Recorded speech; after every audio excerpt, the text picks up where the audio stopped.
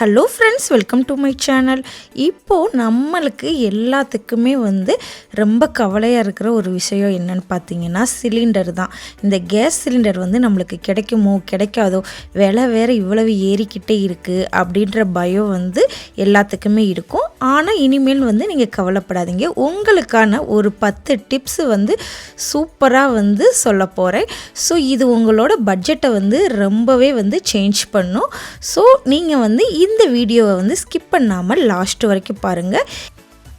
First tip பார்த்தீங்கன்னா burner cleaning.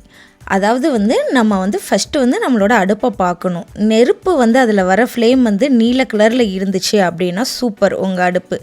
இதே இது மஞ்சள் இல்லாட்டின்னா சிவப்பு கலரில் எரிஞ்சிச்சுன்னா அந்த பர்னர் இருக்குல்ல, அந்த பர்னரில் அடப்பு இருக்குதுன்னு அர்த்தம். ஸோ நீங்கள் என்ன பண்ணணும்னா, ஒரு பழைய டூத் ப்ரஷ் எடுத்து அந்த பர்னரை அடிக்கடி சுத்தம் பண்ணுங்கள்.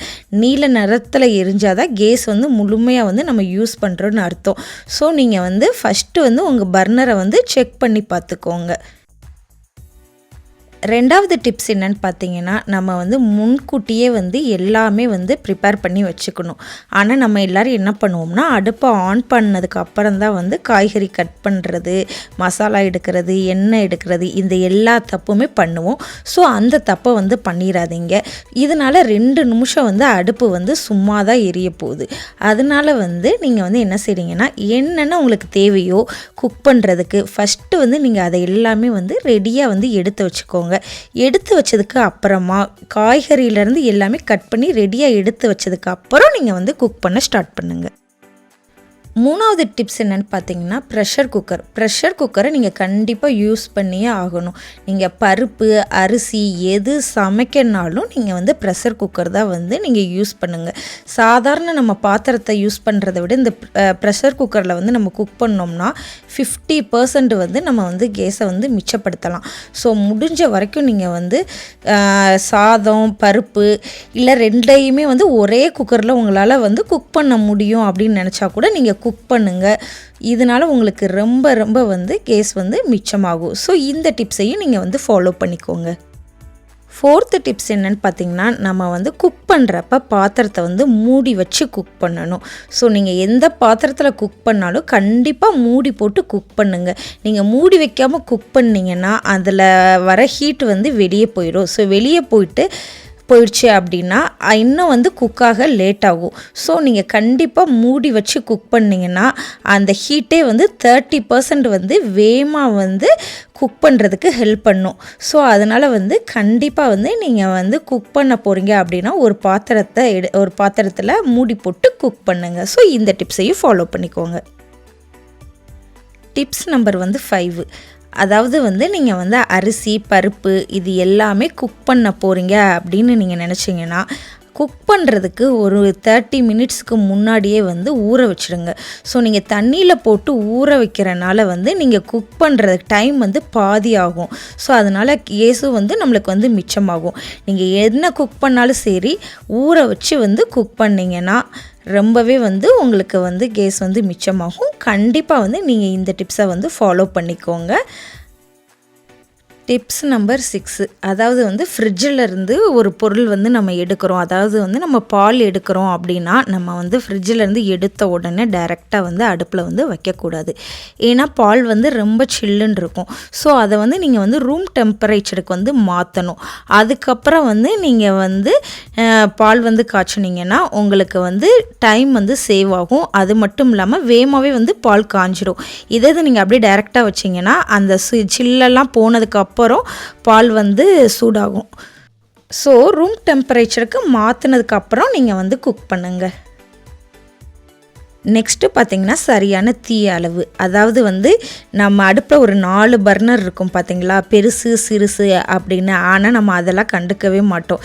நம்மளுக்கு எந்த இடத்துல குக் பண்ணணும்னு தோணுதோ அந்த அடுப்பை ஆன் பண்ணிடுவோம். ஸோ அந்த மாதிரி செய்யக்கூடாது. பெரிய பர்னருக்கு பெரிய பாத்திரத்தை வைங்க, சின்ன பர்னருக்கு சின்ன பாத்திரத்தை வைங்க. நெருப்பு பாத்திரத்தோட ஓரத்தை தாண்டி வெளியே போகாத மாதிரி பார்த்துக்கோங்க. முடிஞ்ச வரைக்கும் மீடியமில் வச்சு குக் பண்ணுங்கள். அதிக தீ வச்சா அதாவது நீங்கள் அடுப்பை ரொம்ப அதிகமாக வச்சாதான் கேஸ் வேஸ்ட் ஆகும். அது மட்டும் இல்லாமல் சாப்பாடும் சீக்கிரமாக குக் ஆகாது. ஸோ இந்த டிப்ஸையும் நீங்கள் ஃபாலோ பண்ணிக்கோங்க. நெக்ஸ்ட்டு வந்து தண்ணீர்.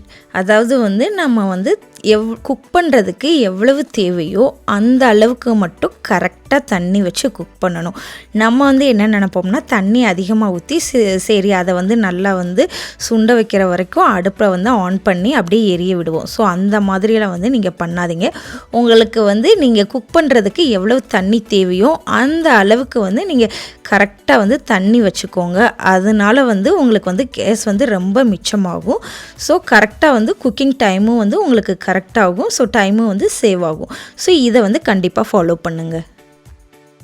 நெக்ஸ்ட்டு என்னன்னு பார்த்தீங்கன்னா நம்ம வெஜிடபிள்ஸ் எல்லாமே வந்து குட்டி குட்டியாக கட் பண்ணி குக் பண்ணணும். நீங்கள் ரொம்ப பெருசாக போட்டு கட் பண்ணி குக் பண்ணிங்க அப்படின்னா உங்களுக்கு வந்து டைமும் ரொம்ப நேரம் ஆகும். அது மாதிரி குக் ஆகவும் லேட் ஆகும். இதனால் உங்கள் சிலிண்டரும் வந்து ரொம்ப வந்து வேஸ்ட் ஆகும், கேஸ் வந்து வேஸ்ட் ஆகும். ஸோ நீங்கள் வந்து குக் பண்ணணும், வெஜிடபிள்ஸ் எல்லாமே குக் பண்ணணும்னா நல்லா குட்டி குட்டியாக கட் பண்ணி அதுக்கப்புறமா வந்து நீங்கள் வந்து குக் பண்ணுங்கள். அதனாலயும் வந்து உங்களுக்கு வந்து கேஸ் வந்து நீங்கள் வந்து சேவ் பண்ணலாம். இந்த டிப்ஸையும் வந்து நீங்கள் மறக்காமல் ஃபாலோ பண்ணிக்கோங்க. இதுவும் வந்து உங்களுக்கு வந்து கேஸ் வந்து சேவ் பண்ணுறதுக்கான ஒரு டிப்ஸு. Tips number 10. அதாவது வந்து அது நம்ம குக் பண்ணிக்கிட்டு இருக்கிறப்ப ஃபைனலாக லாஸ்ட்டாக வந்து நம்ம வந்து அடுப்பை ஆஃப் பண்ணிடணும். ஆனால் எந்த டைமில் வந்து அடுப்பை ஆஃப் பண்ணணும் அப்படின்னா நம்மளுக்கு வந்து ஓகே ஓரளவு வந்து குக் ஆகிடுச்சின்னு தெரியுது, இன்னும் கொஞ்சம் நேரம் சிம்மில் வச்சு நல்லா குக் பண்ணுவோம் அப்படின்னு நினைப்போம்ல. ஸோ அந்த டைமில் வந்து நீங்கள் அடுப்பை வந்து ஆஃப் பண்ணிடுங்க. 90% வந்து உங்களுக்கு குக் பண்ணுறது முடிஞ்சிருச்சு அப்படின்னு நீங்கள் தெரிஞ்ச உடனே அடுப்பை வந்து ஆஃப் பண்ணிடுங்க. அந்த பாத்திரத்தில் இருக்கிற ஹீட்லேயே வந்து மிச்சம் இருக்கிறது வந்து குக் ஆயிரும். ஸோ ஒரு எமர்ஜென்சி வந்து நீங்கள் வந்து இண்டக்ஷன் ஸ்டவ் இல்லைன்னா எலக்ட்ரிக்கல் கெட்டில் இது எல்லாமே நீங்கள் வச்சுக்கிட்டிங்கனாலும் இன்னும் வந்து ரொம்ப ரொம்ப நல்லது. இந்த 10 டிப்ஸை மட்டும் நீங்கள் ஃபாலோ பண்ணிங்கன்னா உங்கள் வீட்டு பட்ஜெட்டில் வந்து நீங்கள் பெரிய சேஞ்சஸ் வந்து பார்ப்பீங்க. இந்த வீடியோ வந்து உங்களுக்கு வந்து ரொம்ப வந்து யூஸ்ஃபுல்லாக இருக்கும்னு நினைக்கிறேன். ஸோ உங்கள் ஃப்ரெண்ட்ஸுக்கும் வந்து இந்த வீடியோ வந்து ஷேர் பண்ணுங்கள். ஏன்னா இப்போ இருக்கிற சூழ்நிலையில் வந்து இது எல்லாத்துக்குமே வந்து ரொம்பவே வந்து யூஸ் ஆகும். ஸோ இந்த மாதிரி குட்டி குட்டி டிப்ஸ் எல்லாமே வந்து உங்களுக்கு தேவை அப்படின்னா நம்ம சேனலை வந்து சப்ஸ்கிரைப் பண்ணுங்கள். நெக்ஸ்ட் வீடியோவில் பார்க்கலாம். பாய்.